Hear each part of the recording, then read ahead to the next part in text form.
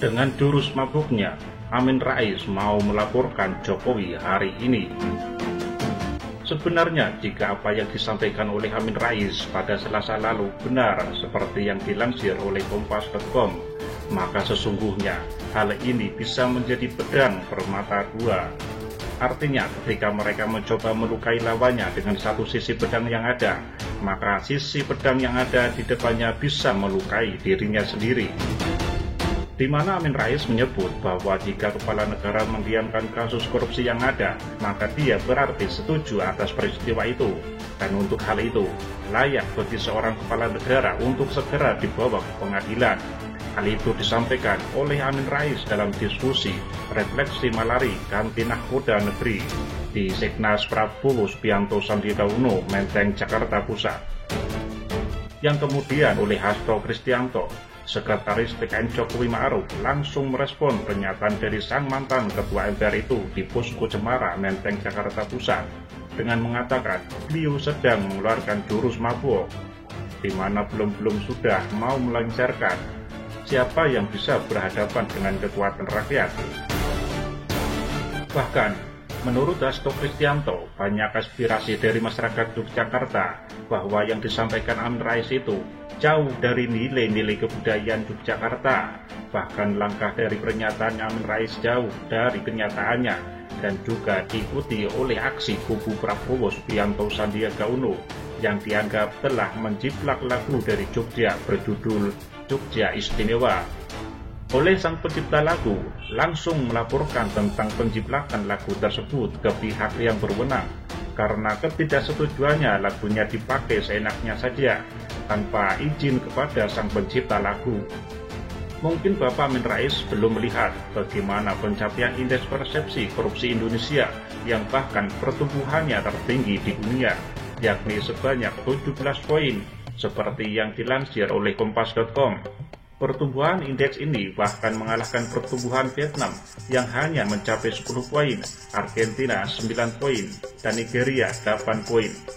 Itu artinya pencapaian yang sedang diraih oleh pemerintah Jokowi, khususnya dalam persepsi korupsi Indonesia, sudah semakin lebih baik. Indeks persepsi korupsi tahun ini memperlihatkan bahwa mayoritas negara hanya membuat sedikit perkembangan atau justru tidak ada perkembangan sama sekali dalam mengakhiri korupsi. Sementara itu, analisis memperlihatkan jurnalis dan aktivis di negara-negara korup mempertaruhkan nyawa setiap hari untuk berani bersuara. Indeks persepsi korupsi dari Transparency International menggunakan skala 0-100. Nilai 0 artinya paling korup, sedangkan nilai 100 berarti paling bersih. Peringkat pertama diduduki Selandia Baru dengan nilai 89. Nilai negara ini turun 1 poin dari tahun lalu. Sementara itu, peringkat terbawah atau 180 diduduki Somalia dengan nilai 9. Nilai negara ini turun 1 poin dari tahun lalu.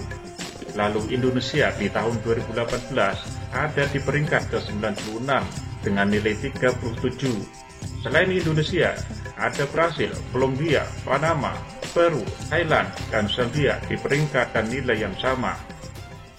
Tapi Bapak Amin Rais kok berani menyebut bahwa Jokowi sedang mendiamkan korupsi terjadi di Indonesia, di mana seperti yang dilansir oleh tribunnews.com, jika beliau hendak melaporkan Jokowi ke ranah hukum, tepat pada hari ini ketika debat perdana tentang HAM, korupsi, hukum, dan terorisme akan dibahas. Bahkan beliau menjelaskan istilah hukum yang berkaitan tentang hal itu, crime of commission, di mana seseorang lakukan perbuatan melawan hukum, sedangkan crime of omission peristiwa ketika seseorang sedang mendiamkan sebuah kejahatan. Dia bisa dituduhkan kolaboratif dengan yang melakukan hukum itu.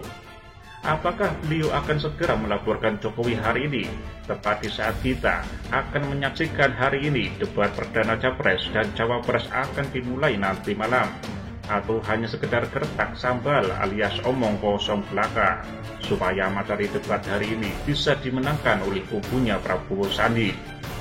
Mengingat debat perdana hari ini betul-betul sentral dan sangat krusial untuk bisa memenangkan debat-debat berikutnya, bahkan akhirnya pada pemilihan presiden nantinya bisa dimenangkan.